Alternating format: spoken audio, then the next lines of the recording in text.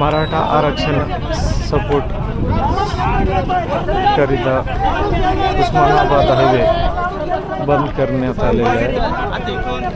जरंगे पाटील गेल्या 6 दिवसापासून अन्नत्याग केलेल्या त्यांच्या सपोर्टसाठी मराठा कार्यकर्ते पूर्ण रस्ता जाम केलेला आहे। तुम्ही बघू शकता रस्ता खोलवण्यासाठी पोलीससुद्धा इथं आलेले आहेत, पण कोणताही मार्ग न निघता गेल्या 5 तासापासून हे पूर्ण जाम केलेलं आहे।